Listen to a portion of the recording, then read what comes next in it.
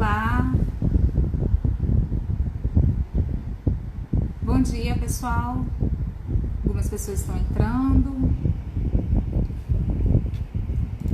Daqui a pouquinho nós vamos começar, nós vamos falar sobre eleições e pandemia, né? Com o advogado eleitoral Marcelo Nunes, só esperando ele entrar.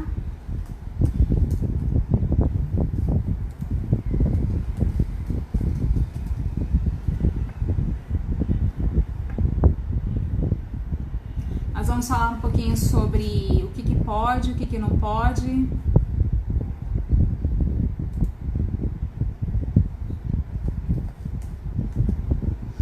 Nesse tempo de pandemia, sobre o calendário eleitoral. As eleições devem ser adiadas, né? Nós vamos falar sobre isso também, tá? Então acompanha com a gente.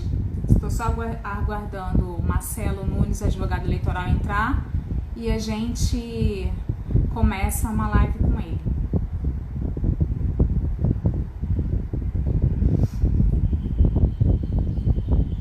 Bom dia.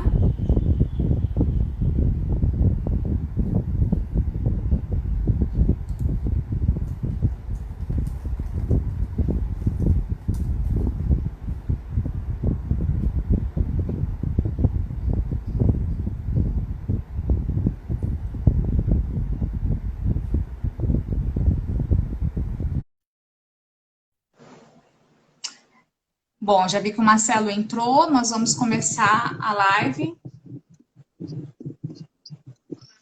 Olá, tudo bem? Bom dia, tudo bem? Tudo bom? Tudo bem. Isso, ficou melhor. Isso, ficou melhor. Bom dia, pessoal. Eu sou Fabiana Tostes, colunista de política do jornal A Tribuna. E comigo está o Marcelo Nunes. Quer se apresentar, Marcelo? Bom dia, né? Para quem não me conhece, eu sou advogado, né? Trabalho na área eleitoral há 20 anos. E o objetivo do encontro hoje é falar um pouquinho das novidades aí das eleições 2020. Isso, nós vamos falar sobre eleições. Gostaria de saber se vocês estão nos ouvindo bem. Se sim, dá um joinha, se o áudio tá ok, para a gente começar a falar um pouquinho sobre esse período, né, de eleições e pandemia, porque embora algumas situações foram suspensas, por exemplo, aulas, né, funcionamento de comércio, shopping, academia, o calendário eleitoral ele continua correndo, né? O calendário eleitoral para as eleições deste ano, as eleições municipais, continua correndo. As eleições estão marcadas para o dia 4 de outubro, o primeiro turno, eleições para prefeitos, vereadores no país todo. E a grande questão é como fazer uma eleição num período como o que a gente está vivendo, de pandemia, de coronavírus, do novo coronavírus, e ainda mais eleições municipais, que é aquela eleição que mais ferve, né, Marcelo? É verdade, a eleição municipal ela tem uma característica, né, de envolver a comunidade, as pessoas que estão mais próximas, porque elas conhecem os candidatos. Todo mundo tem um amigo que é candidato, um parente, alguém da rua. Então, a participação da população nas eleições municipais, ela se dá de uma forma mais intensa, né? Exato. Então, vamos falar um pouquinho sobre calendário, começar a falar sobre calendário, né? A gente está no período de pré-campanha, né, Marcelo? As eleições elas estão marcadas, a princípio, para o dia 4 de outubro, primeiro turno, e o segundo turno para o dia 25 de outubro, né? E esse período agora é o período de pré-campanha, ainda vai começar a fase das convenções, não é isso? Não, exatamente. Então, assim, o primeiro ponto que a gente tem que falar é sobre o adiamento, né? Hoje há uma discussão muito grande no Congresso, já está sendo debatido, e há vários projetos em andamento. Ontem mesmo foi protocolado uma PEC que visa unificar as eleições, transferir as eleições deste ano para 2022. E o objetivo seria pegar esse dinheiro do fundo, né, 2 bilhões, e remeter esse dinheiro para a saúde, né, para o tratamento, para ajudar as pessoas que estão sendo vítimas da Covid. E unificar, fazer uma eleição só de 4 em 4 anos. Né? Essa proposta foi apresentada no Senado. No Senado ela tem apoio aqui na Câmara dos Deputados. O Rodrigo Maia já sinalizou que é contra, né? Que é contra. Se houver esse adiamento para 2022, teria que prorrogar o mandato dos atuais vereadores e prefeito por mais 2 anos, né? Mas eu acho pouco provável passar essa PEC. Nós temos mais algumas PECs, pelo menos 2 ou 3 já protocoladas, e aqui que tem mais força lá, uma PEC que adia as eleições para o dia 6 de dezembro. Né? Nós teríamos, em vez de 4 de outubro, passaria para 6 de dezembro, e aí o segundo turno seria 20 de dezembro. Essa é a PEC, né? Esse é o projeto que mais tem apoio, principalmente junto aos deputados federais. Por quê? Porque não seria necessário adiar o mandato dos vereadores nem dos prefeitos atuais, né? Faria o primeiro turno dia 6 de dezembro e o segundo turno dia 20, daria tempo deles tomar posse no dia 1º de janeiro, no caso. É bom falar, né, Marcelo, que na Constituição não prevê prorrogação de mandatos, né? Teria que ter uma alteração na Constituição se a proposta que tivesse mais adesão fosse essa de unificar ou passar as eleições para depois do dia 31 de dezembro, é isso? Todos esses prazos, todas essas regras estão previstas na Constituição Federal e na Lei das Eleições, Lei 9.504. As eleições, a data das eleições está prevista na Constituição, então tem que haver uma mudança na Constituição. E o mandato também, de 4 anos, também é previsto na Constituição Federal. Tá? E aí também teria que fazer uma alteração na Constituição Federal, que exige um quórum mais qualificado, né? De 60%, 3/5 de uma votação. Então, esses prazos são previstos tanto na Lei das Eleições, Lei 9.504, quanto na Constituição Federal. Então, por isso que é necessário mudar a Constituição caso se altere essas datas e caso se prorrogue o mandato de algum vereador, algum prefeito, né? Dos vereadores ou prefeito. É até a pergunta do Joilson. Joilson, obrigada por perguntar. Ele fala, o problema é de quem já está eleito. Como que ficaria? Prorrogação de mandato? E é essa situação que você está explicando, né, Marcelo? Porque é muito complicado prorrogar mandatos. O Rodrigo Maia falou recentemente sobre isso, porque no futuro, de repente, um líder com má intenção pode vir aí a criar uma crise e prorrogar o próprio mandato, né? Se abrir uma brecha como essa. Sim, ela não é bem vista e provavelmente não vai passar. A corrente majoritária lá dentro do Congresso que quer prorrogar apenas para o dia 6 de dezembro, né? Então, assim, primeiro turno 6 de dezembro, segundo turno dia 20 de dezembro, daria tempo de terminar o mandato dia 31, e aí nós faríamos, aí a eleição, a posse dos eleitos seria dia 1º de janeiro, como o normal, né? Uhum, exato.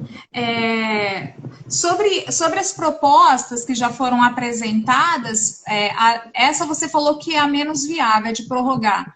Qual que você acha mais viável? A de uma eleição em novembro ou dezembro? Nós temos uma janela aí de 15 de novembro a 6 de dezembro. Aí teríamos 3 datas aí, né? 15, 22, 29 ou 6 de dezembro. A que ganha mais força atualmente é 6 de dezembro, porque nós daríamos um prazo de 2 meses para que a pandemia, né, pudesse diminuir, né, esses contatos, essa transmissão. Então, eles preveem que até 6 de dezembro seria possível. E a gente tem que ter em mente que a eleição a eleição não é só o dia da votação. A eleição ela começa antes, por exemplo, se mantiver o calendário atual, dia 20 agora de julho, nós já teríamos, né, as convenções, né? Então, quer dizer, as pessoas teriam que sair de casa. O TSE liberou fazer convenções online, né?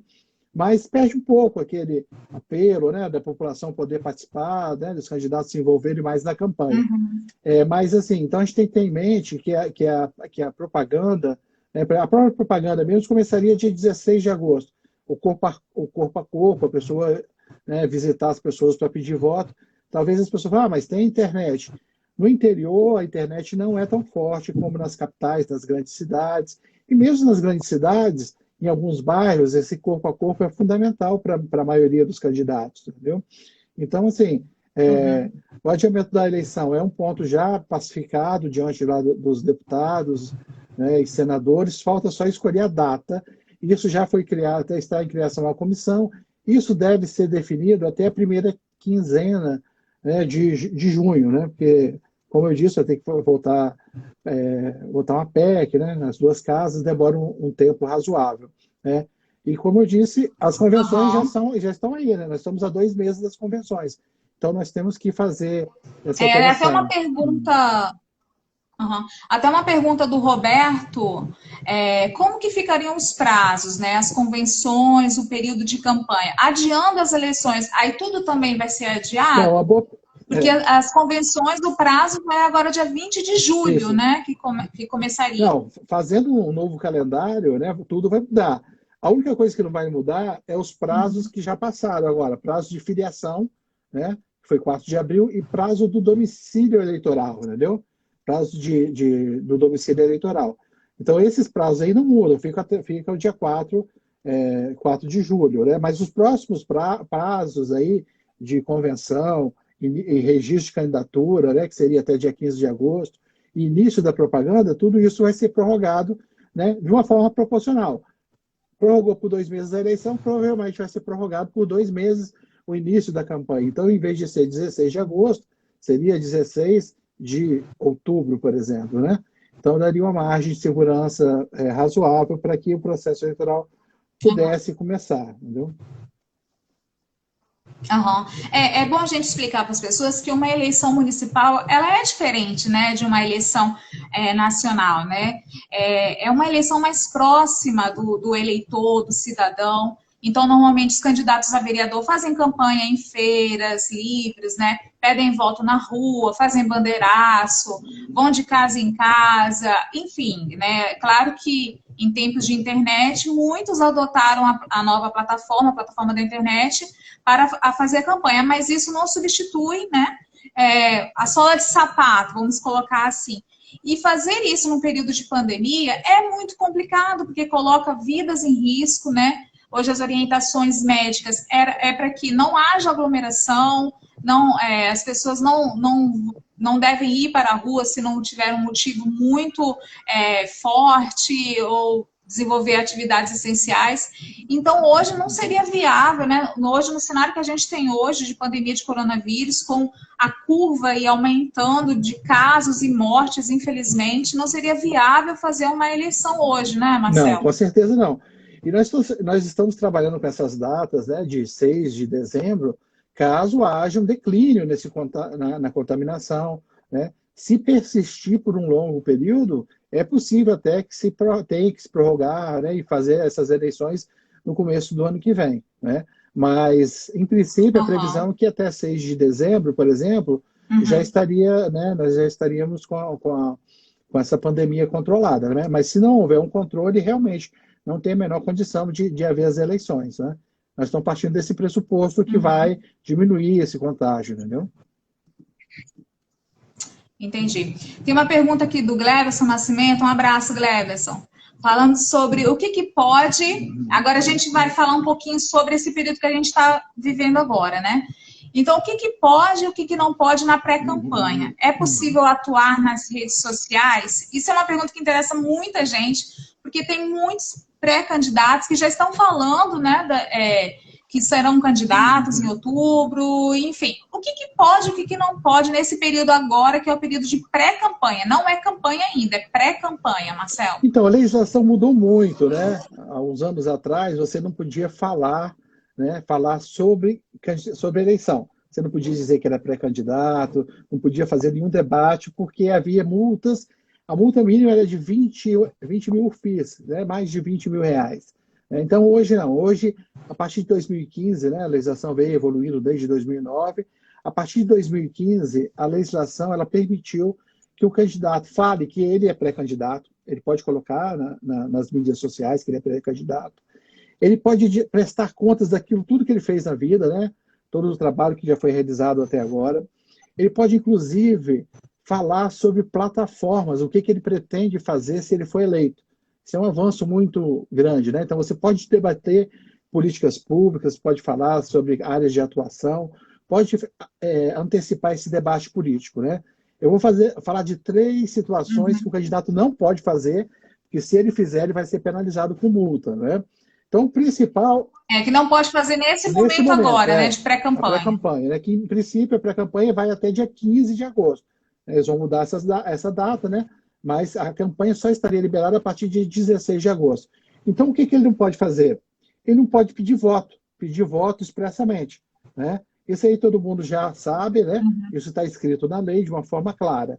Só que o TSE, a partir de 2018, ele ampliou esse leque de proibições através da jurisprudência. Isso não está previsto na lei, não está previsto nas resoluções. Isso é o cuidado que o eleitor tem que ter. Eleitor e candidato. Você que é eleitor também, você tem que tomar o cuidado porque você pode ser penalizado. Já vi vários casos de eleitores serem multados por promover campanha antecipada de seus amigos, né? Então, você não pode pedir voto expressamente. Além de não pedir voto, você não pode usar expressões parecidas, muito semelhantes a pedido de voto. Então, eu vou citar aqui, por exemplo, 7 casos concretos que o TSE analisou e falou, olha, não pode ser utilizar essas palavras. Por exemplo, a palavra eleja, né? Ou falar vamos eleger, eleja, são 2 expressões que o TSE já disse que não pode ser usado. Vote em, ou vote contra, ou derrote. Então, são expressões que você falar eleja, vote, dependendo do contexto, né? Você vai estar induzindo o eleitor a votar. E tem 2 expressões que a gente, às vezes, pode utilizar e aí pode ocorrer um erro, que é pedido de apoio. Pedido de apoio, né? Embora a legislação fale que você possa pedir apoio político, evite essa palavra apoio, porque ela pode confundir com voto. E já houve casos, o TSE já analisou que a palavra apoio ficou dentro do contexto configurado como um pedido expresso de voto. E voto de confiança. Teve um caso interessante nas últimas eleições de um deputado que foi fazer uma reunião, né, com outro candidato, né, e aí ele pediu lá nessa reunião com alguns moradores, olha, eu gostaria que vocês dessem um voto de confiança neste meu amigo, e esse caso foi levado à justiça, o TSE entendeu que essa voto de confiança é a mesma coisa que pedir voto. Então, eu citei 7 expressões, né? Tem 3 expressões que o TSE analisou, né? E falou assim, ó, estamos juntos, ou eu preciso de você, são expressões que você pode usar, né? Não configuraria. Né? Estamos juntos, é uma expressão muito utilizada. Então, isso o TSE já analisou, diz que não configura o pedido expresso de voto. Então, assim, lógica que você não é qualquer expressão que vai configurar o pedido de voto. Ela tem que ter muita semelhança com as palavras. Então, vote, eleja, né? E um detalhe também, o eleitor tem que tomar cuidado, em propaganda negativa. Pouca gente sabe, mas você agredir, você imputar crimes a determinados candidatos, a qualquer pré-candidato, é considerado uma propaganda negativa. Nós tivemos um caso lá do governador, um candidato a governador, né? E o que fizeram? Falaram o seguinte no Facebook, olha, fulano de tal, né, está envolvido em desvios de dinheiro para a saúde. Isso era mentira. Então, ele foi processado por uma propaganda negativa e foi condenado, entendeu? Então, assim, muito cuidado com essas expressões. São expressões que a gente tem que evitar. Fazer propaganda negativa de candidato pode dar multa para o eleitor também. Então, esses são os cuidados que a gente tem que tomar. E a gente vê muito isso, né? A gente vê muito isso. O ambiente polarizado parece que continua, principalmente nas redes sociais. E a gente vê muito, né, as pessoas entrando muitas vezes na rede social do adversário político e falando coisas negativas. Então, isso também pode penalizar a pessoa quem ele apoia. Pode configurar uma propaganda negativa. Se você não pode pedir votos expressamente, você, por exemplo, não pode pedir para as pessoas não votarem em determinado candidato. Isso é dentro de uma lógica. E além de pedir para não votar, você também não pode agredir e fazer falsas acusações, né? Acusar a pessoa, crimes contra a honra, contra a pessoa, configura propaganda eleitoral antecipada. Agora, teve uma novidade também, a partir do ano passado, que o TSE trouxe uma nova teoria, né? Isso não está na lei, né? Disse o seguinte, o que é proibido na campanha passa a ser proibido na pré-campanha. Por exemplo, a gente tinha na última eleição o uso de outdoor.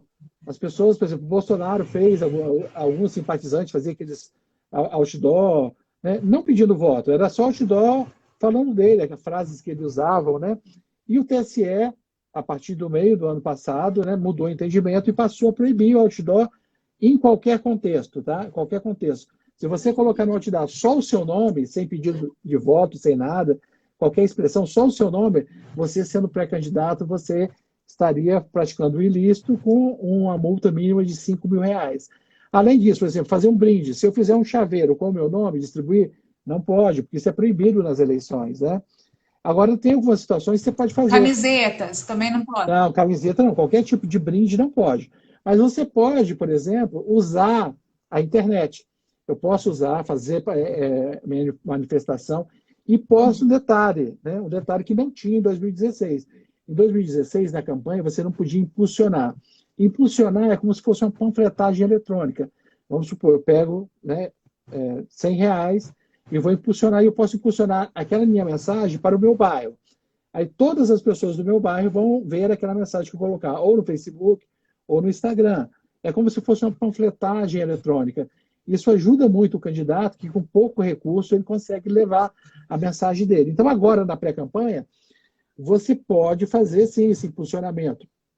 Pode pagar no Facebook, pode pagar no Instagram, para difundir as suas ideias. Isso é muito importante. Tá? Aproveitar que está todo mundo na internet, né? Nessa época sim, de... sim. Todo mundo não, muita gente, né? Como o corpo a corpo está proibido, então você pode manifestar, prestar contas das... Logicamente, você não vai poder fazer o pedido expresso de voto, evitar aquelas palavras que eu já disse aqui, mas assim, a internet pode ser utilizada, né? E deve ser utilizada, não pode ser. Quem quer ser candidato deve se promover. Promover, você pode se promover, o que não pode é pedir voto. Por exemplo, a questão de adesivo de carro, as pessoas sempre perguntam isso, né? Posso fazer um adesivo de carro para o meu nome, com o meu nome, para botar no carro? Pode. Você só tem que observar as regras da campanha. Como é que funciona na campanha? Na campanha você pode fazer um perfurado, né? Um adesivo todo no vidro traseiro, aquele perfurado, para não tirar a visibilidade, e pode colocar nas laterais ou na frente do veículo um adesivo que tenha, no máximo, 50 por 40 de tamanho, e a soma dos adesivos não pode ultrapassar meio metro quadrado. Então, assim, não posso encher o carro de adesivo, fazer aquele envelopamento que ele chamava, né? Isso não pode, envelopar não pode, porque a multa para cada carro seria R$ 5.000. Mas fazer pequenos adesivos... 5.000 por cada carro, multa. Cada carro. Mas fazer adesivo, só o seu nome e o ano da eleição, você pode fazer, né? Só não ter no adesivo nenhum pedido expresso de voto. Mas você pode botar o seu nome no ano da eleição e divulgar com seus amigos aí. Isso funciona bastante, é permitido fazer promoção pessoal, né? Quem não fizer vai ficar na desvantagem, porque o seu concorrente vai fazer dentro da legalidade. Então, o objetivo, né, desse encontro aqui é dizer quais os limites que eu posso fazer sem que eu venha a violar a legislação. Então, uso de adesivo, internet, são meios muito utilizados na propaganda. Na pré-propaganda, né? Tem uma pergunta aqui, de repente se encaixa nesse bloco, que fala sobre a questão das fake news. Teve alguma mudança na lei? A pergunta, deixa eu achá-la aqui, peraí. A pergunta é se houve, eu não estou achando ela aqui agora, mas aqui. E como ficam as fake news? A pergunta do Amaury. Houve algum tipo de atualização nas leis contra as fake news usadas na eleição? E isso independe, né? Pré-campanha, campanha.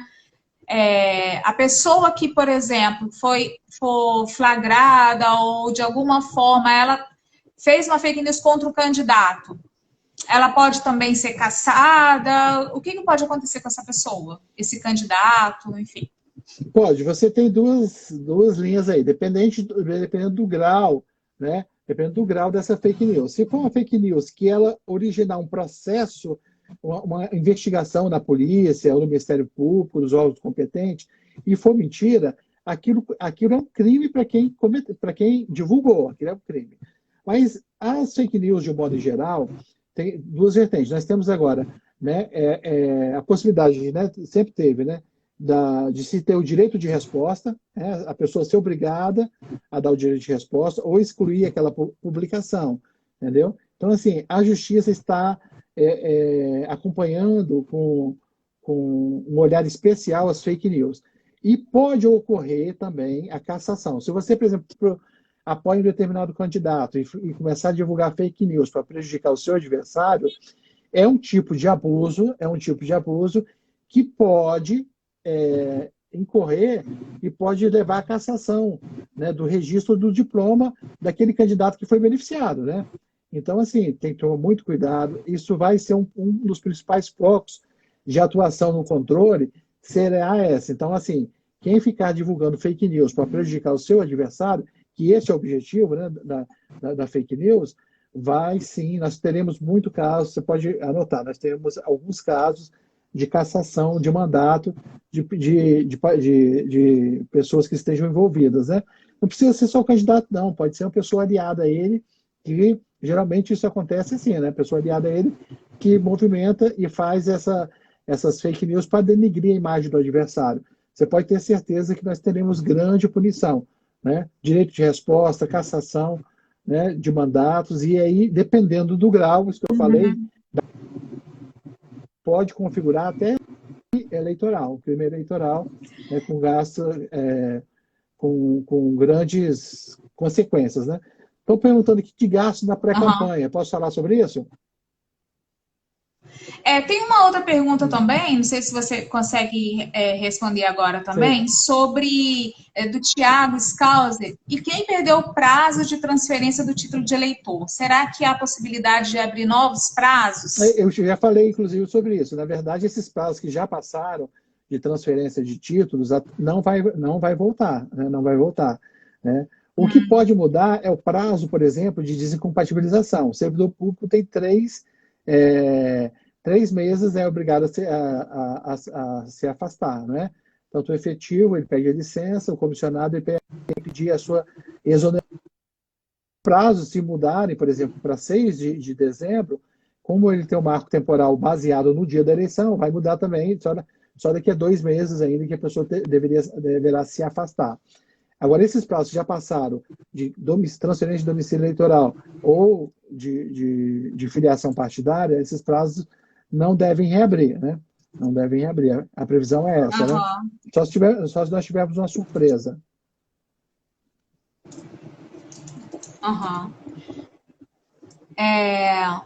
Quer falar sobre a questão se pode gastar? Você pode fazer...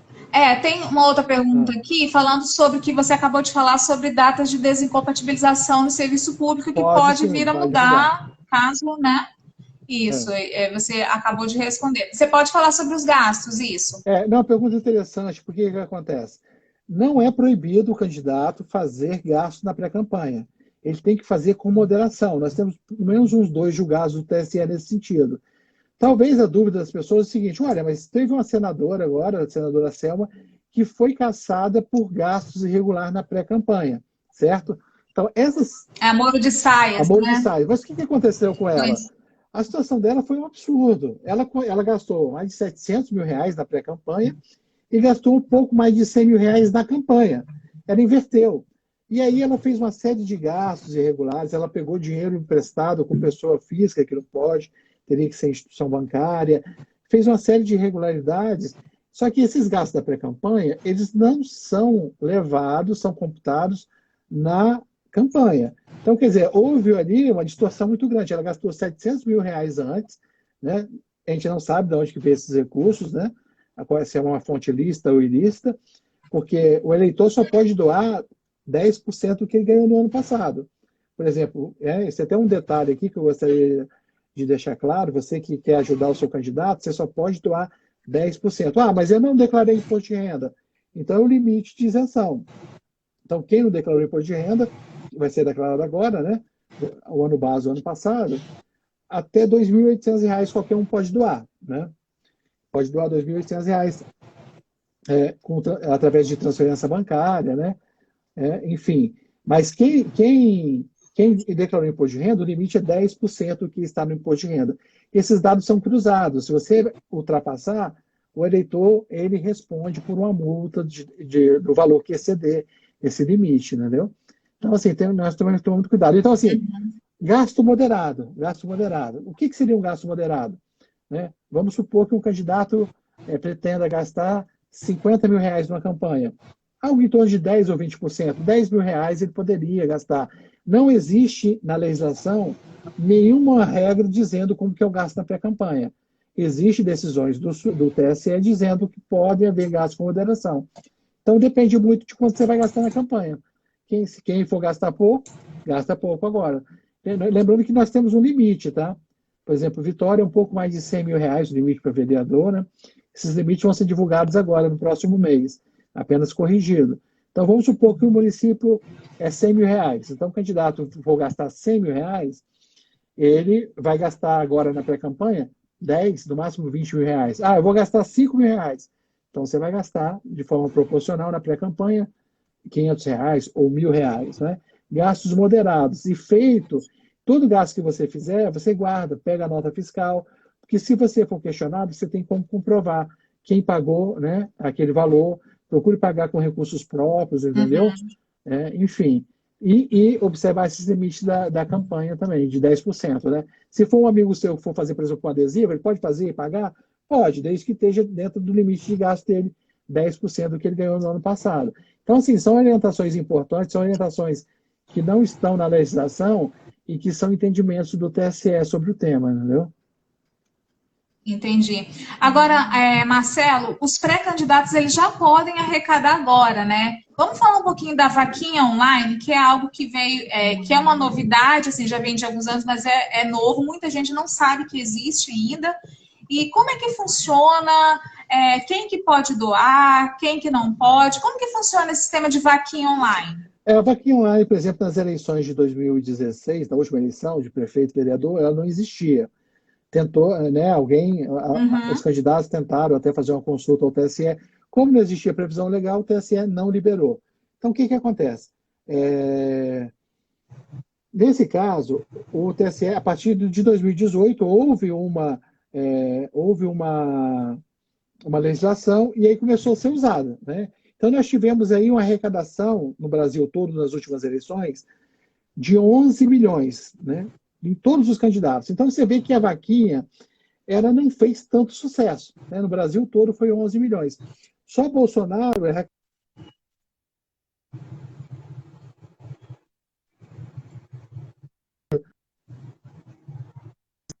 do Brasil, que são pessoas mais conhecidas, né? Então, assim, a partir de 15 de maio agora, né, pode ir lá no site do TSE, já existem 14 empresas que estão já registradas no TSE, autorizadas a fazer essa arrecadação. Você vai lá no site, faz o seu cadastro com o seu taxas, né, eles cobram algumas taxas lá, e aí você pode divulgar. E aí você pode até colocar no seu Facebook, no seu Instagram, pedindo essas doações, né? Então, se você confirmar a sua candidatura, né, registrar a sua candidatura,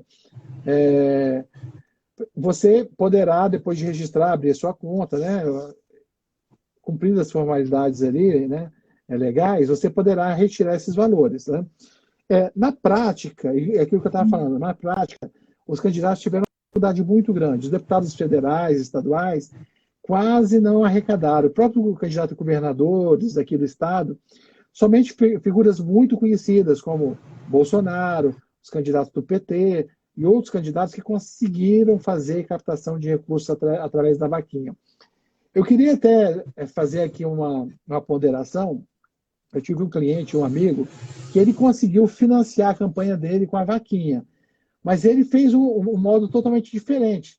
Ele fez um evento, olha só, ele conseguiu arrecadar mais de R$ 20.000 e ele bancou a candidatura dele para deputado estadual, através de uma vaquinha. Mas como que ele fez? Ele alugou um bar, né, contratou uma banda para tocar, né, e fez um evento, né? Lembrando que o showmício, ele é proibido. Lembrando que o showmício... Seu áudio está travando, Marcelo. Não sei se é só para mim aqui. Eu estou te ouvindo bem. Né? O showmício, melhorou? O showmício, lembrando que ele é proibido. Mas se você fizer um evento e cobrar, pode haver música, né? Pode haver música. Pode fazer uma feijoada, assim, para arrecadar recurso? Pode? Pode fazer uma feijoada e aí você vai vender esses convites ou através de doações, através da vaquinha. Nesse caso, é um evento que ele gastou lá em torno de R$ 2.000 para alugar o ambiente. aí tinha música ambiente. As pessoas que foram ao evento, elas pagavam a consumação de bebida, né, e a consumação, né, de qualquer tipo de comida que tivesse lá, que ela fosse consumir. Então, funcionou muito, tá? Funcionou muito esse tipo de envolvimento que ele fez com o eleitor. Então, assim, se você for fazer vaquinha, eu aconselho que você faça na época das eleições e faça um evento vinculado, um café da manhã, um almoço, e aí você vende esse apoio, o ingresso, pela vaquinha, que é muito mais prática, entendeu? A pessoa entra no site e aí você consegue arrecadar um valor razoável para a sua campanha e você consegue fazer captação. Agora, somente pedir, principalmente nessa crise, nessa pandemia, agora, vai ser muito difícil você usar a vaquinha para captar recursos para a sua campanha. E não é uma cultura, né? Assim, as pessoas muitas vezes não vê com bons olhos essa questão de doar dinheiro para um candidato ou um pré-candidato que você não conhece muitas vezes. Ainda não faz muito parte da cultura do brasileiro, né, Marcelo? Não faz muito parte, as pessoas não gostam, é verdade. Tá me ouvindo? Estou te ouvindo bem. Uhum. Isso não vai funcionar. E não funcionou mesmo. Aqui no estado, pouquíssimas pessoas conseguiram arrecadar com a vaquinha. Candidato a governador, por exemplo, que são conhecidos, tal, quase não tiveram arrecadação. Foram pequenas as contribuições, muitos acabaram abandonando. Se não fizer um evento vinculado ou vender algum produto, né, pode fazer uma camisa do candidato, né, e aí vender. O que você não pode é doar a camisa, é brinde. Se você vender algum produto ligado à campanha, né, você pode doar, né? E aí, doar não, vender. Doação de brinde, nem pensar. Então, assim, se você fizer algum atrativo, você vai conseguir, tá? E se não fizer, né, eu acho muito difícil você conseguir fazer qualquer tipo de arrecadação. Né? Marcelo, tem uma pergunta aqui do Renato Ribeiro. Ele pergunta o seguinte: por exemplo, ele cita uma situação. Você é comissionado em Vitória e será candidato na Serra. Você precisa pedir descompatibilização do seu cargo de comissionado? Não precisa. Né? A pergunta dele foi muito pertinente. As pessoas confundem, porque isso não está na lei. Isso é decisão do TSE, mas é uma decisão já é do município. Vamos supor que você trabalhe num órgão estadual. Né? Vamos supor que você trabalhe na Assembleia. Né? Se você trabalha na Assembleia, bate o ponto, está todo dia lá na Assembleia e mora na Serra, você não precisa se descompatibilizar. Né? Agora, se você trabalha no órgão, né, e pode atuar na sua cidade, aí não, aí você tem que sair. A gente teve o caso, por exemplo, de Banesh, a pessoa trabalha no Banesh, né, em Vitória, quer ser candidato na Serra, não tem problema. Sou servidor público da Serra, se eu vou ser candidato em Vitória, pode, e não precisa sair. Tá? Você pode trabalhar, aí logicamente você não vai poder fazer campanha no horário do expediente, vai fazer fora do expediente, mas você pode receber e continuar no seu vínculo sem nenhum problema não, tá? Isso aí é uma dúvida que não está na lei, mas isso aí pacificado, junto ao TSE é pacificado esse ponto aí do afastamento. Tá? Tem uma pergunta aqui, de uma pessoa perguntando sobre um outro comentário. Tem uma pessoa pedindo voto, não vou falar o nome, pedindo voto para um candidato. E aí, o senhor Mário pergunta, pedir voto como essa pessoa acima está fazendo, configura crime eleitoral? Crime não, configura punível com uma multa de no mínimo R$5.000, tá? Não é crime pedir voto antecipado. Marcelo, não estou te ouvindo. Não configura crime, não é crime. É apenas um ilícito, é uma irregularidade que você vai ser penalizado com uma multa, mas não é crime, tá? Não é crime. Entendi. Então, a pessoa pedindo voto... Oi? Pedir voto não é crime. Outro cuidado tem que tomar às vezes, um pré-candidato, ele faz uma postagem, foi até bom tocar nesse assunto, um candidato faz uma postagem dizendo que é pré-candidato, isso aconteceu até com amigos meus, né, que se posicionaram, olha, eu sou pré-candidato. Aí as pessoas vêm embaixo e começam a comentar, olha, vamos votar nele e tal. Eu falei assim, vai lá e apague essa postagem, porque está no seu Facebook, você é responsável. Quem pode ser multado aqui? Você, né? Você e o candidato beneficiado, porque ele não pode dizer que não sabia, se está no Facebook.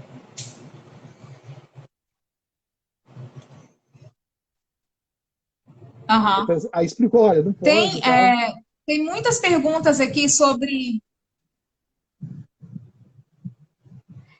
Tá me ouvindo? Tô, Tá travando um pouco o seu áudio. Se continuar travando, a gente. Você sai e recomeça de novo, mas tá. agora melhorou. Tem muitas perguntas aqui sobre prazo de descompatibilização.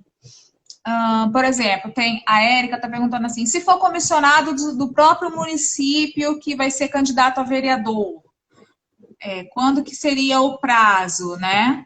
Aí outro, por exemplo, trabalha na Assembleia, comissionado, candidato no interior, precisa pedir exoneração. Tem mais uma aqui que eu vi também. Enfim, é bom lembrar que, para quem está chegando agora, né, que nós estamos falando sobre a questão do possível adiamento das eleições, né? Então, se isso realmente se vingar, se as eleições forem adiadas, os prazos também mudam, né? Então, por exemplo, não tem como a gente falar agora, a gente tem um prazo agora, mas, por exemplo, se as eleições forem adiadas, os prazos vão mudar também, não é isso, Marcelo? Sim, deu uma travada aqui. Respondendo a pergunta do. Marcelo, tá aí? Tô, tá me ouvindo? Tá me ouvindo? Uhum. Então, respondendo, Você chegou a ouvir minha pergunta? eu ouvi parte dela, travou aqui também para mim. Com relação à Assembleia, Uhum. se ele trabalhar em Vitória, ali na sede da Assembleia, todo dia lá, batendo ponto, o vínculo dele for no prédio da Assembleia, ele pode trabalhar no prédio da Assembleia e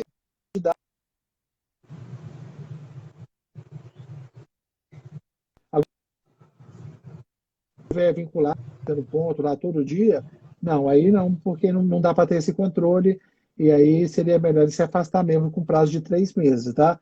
O prazo de 3 meses, ele pode mudar, porque não existe uma data, fala 3 meses antes, né, das eleições. Então, vamos supor, passando para 6 de Uhum. dezembro, esses prazos vão, né, passar para ser, né, mais 2 meses ainda de prazo para a pessoa poder se afastar. Né? Qual foi a outra pergunta que você fez que travou? Não, era só sobre prazo mesmo. Tem uma outra pergunta aqui sobre candidatura laranja, né? Em 2016 teve muitos casos de as candidaturas laranjas femininas devem ocorrer como em 2016, ou os partidos estão mais preparados para compor os 30% nas chapas, o 30% de gênero, né? Haverá maior representatividade feminina nessas eleições? O TSE tomou uma decisão agora recente, né? Sobre a questão da participação feminina também nos partidos. Aí, o que você acha que deve ocorrer agora com relação às candidaturas de mulheres? Então, as candidaturas de mulheres, o TSE cassou, né, uma chapa completa de vereadores, porque houve fraude, né? Então, o que aconteceu? Eles colocaram as mulheres, uma mulher era esposa de um candidato e uma mulher era mãe. E elas ficavam no Facebook pedindo voto para o esposo e a mãe pedia voto para o filho, né? Então, foi fácil, nesse caso aí, caracterizar a fraude, né? Então, assim, essa cota dos 30%, o mínimo de 30%, né, de um dos sexos, tem que ser cumprida, tá? E não basta só colocar as mulheres, tem que aparecer o mínimo de votos. A legislação não traz uma regra específica, né? Mas se não tiver voto nenhum, se não tiver gasto, vai Isso. configurar que houve uma fraude e aí toda chapa vai ser cassada, tá? O candidato eleito que não teve nada a ver com aquela fraude vai ser penalizado, sim. Vai ser penalizado e vai perder vai perder a vaga dele de vereador. Então, assim, a tendência é que haja um maior rigor nas próximas eleições e as pessoas vão ficar de olho, olhar quantas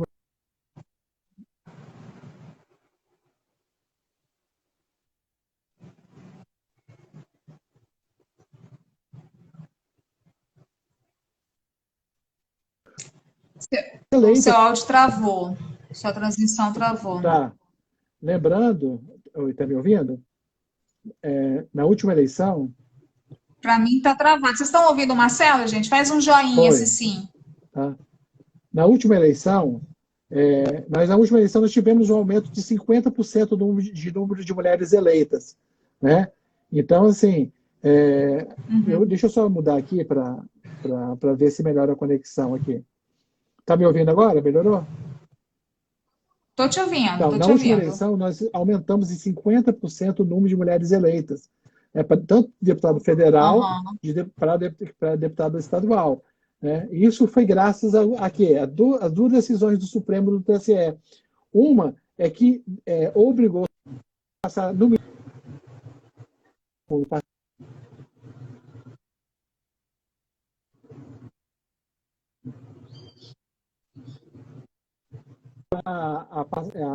a incluir na grade da programação no mínimo 30% da grade para as mulheres, entendeu?